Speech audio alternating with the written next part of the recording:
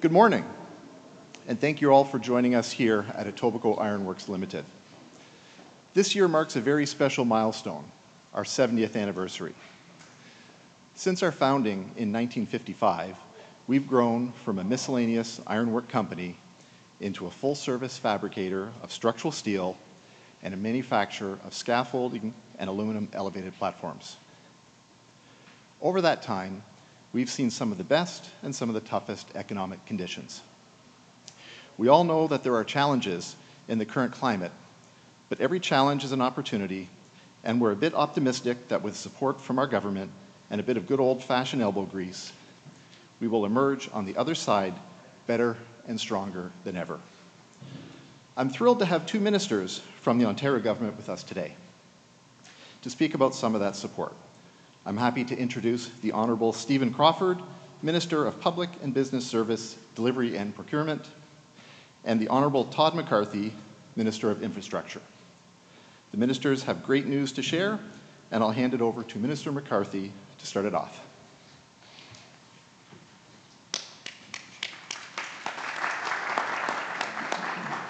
Thank you very much, Paul, for the kind introduction and the very warm welcome from you and your team. And good morning to everyone.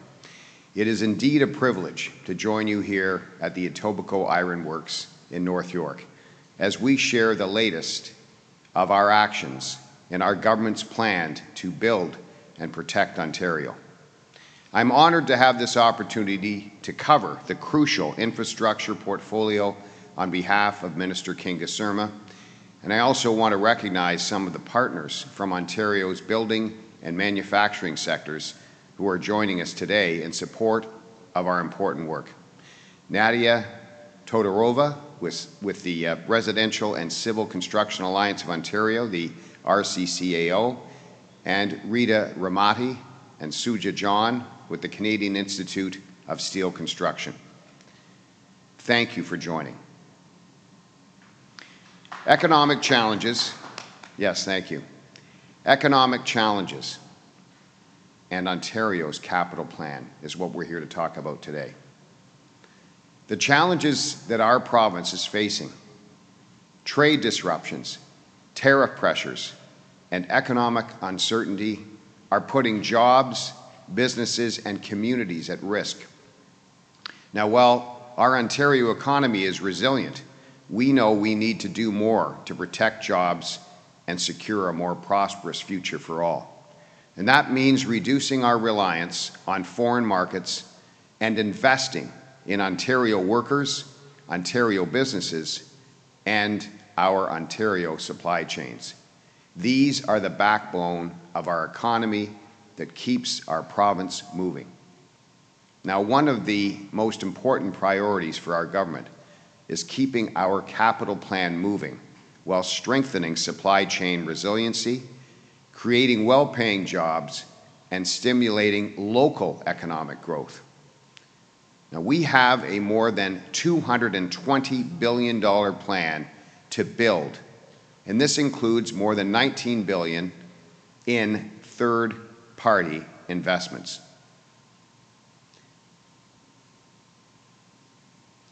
This priority is essential to build the Ontario of tomorrow.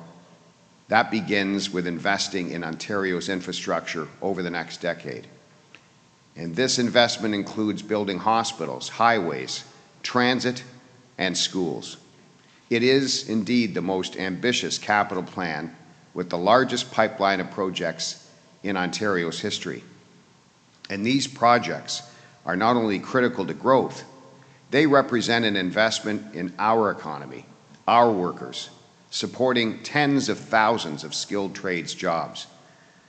Now, with approximately 579,000 Ontarians employed in the construction sector, our focus must be to provide job certainty and to protect workers across Ontario while strengthening our domestic economy. Our recent market update included 25 projects in pre-procurement and active procurement stages, representing a combined design and construction value of more than $30 billion. These projects represent tens of thousands of skilled trades jobs, including electricians, heavy equipment operators, concrete workers, plumbers, and roofers, just to name a few. And so today, ladies and gentlemen, we are sending a clear message.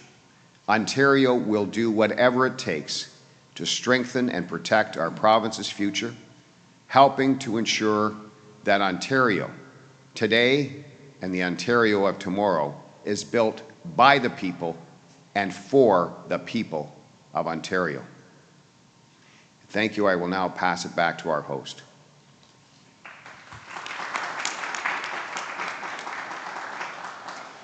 Thank you. This time I'd like to introduce Mr. Crawford up to the podium.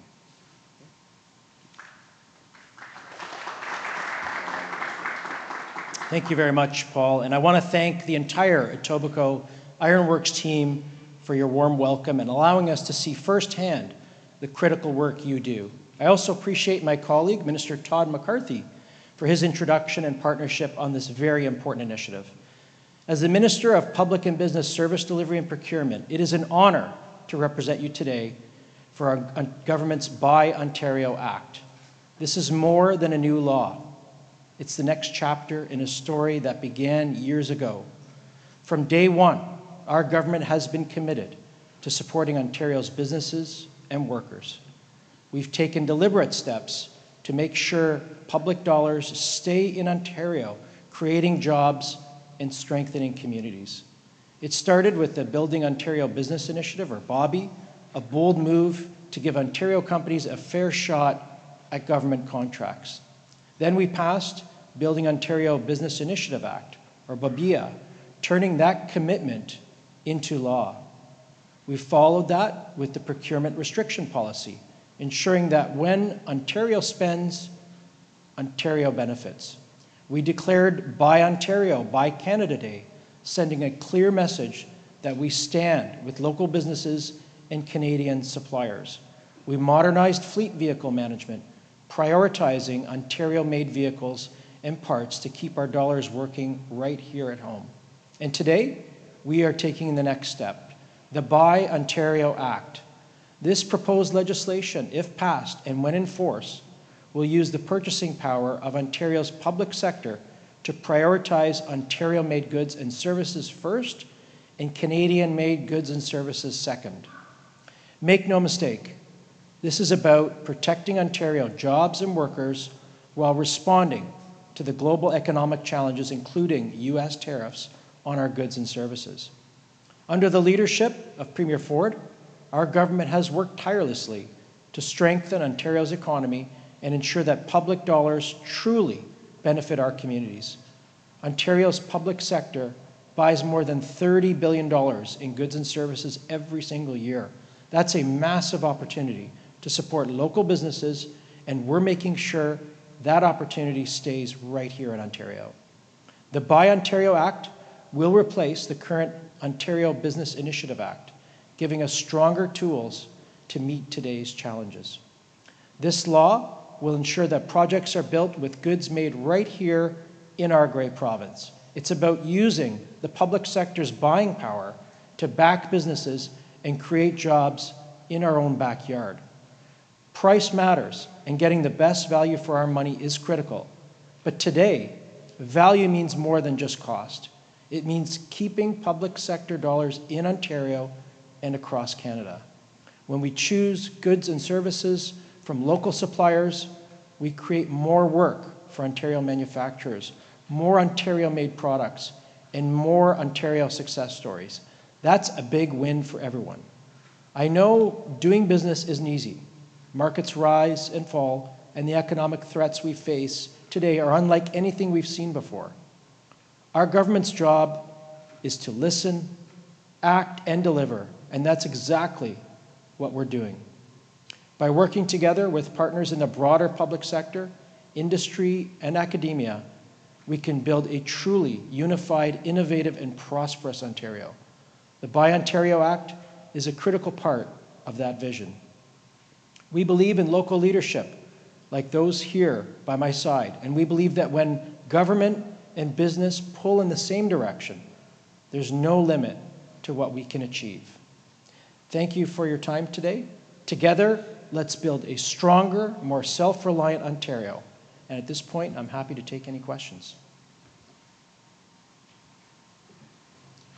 We'll now open the floor to questions. If there are any journalists, please approach the podium. As a reminder, it's one question, one follow-up. I will add that this legislation, I think it's a timely day. Today is Premier Ford's birthday, and he has been really the architect and the leader across Canada in terms of standing up for Ontario and Canadian interests. So I think it's a good day for this legislation to come forward.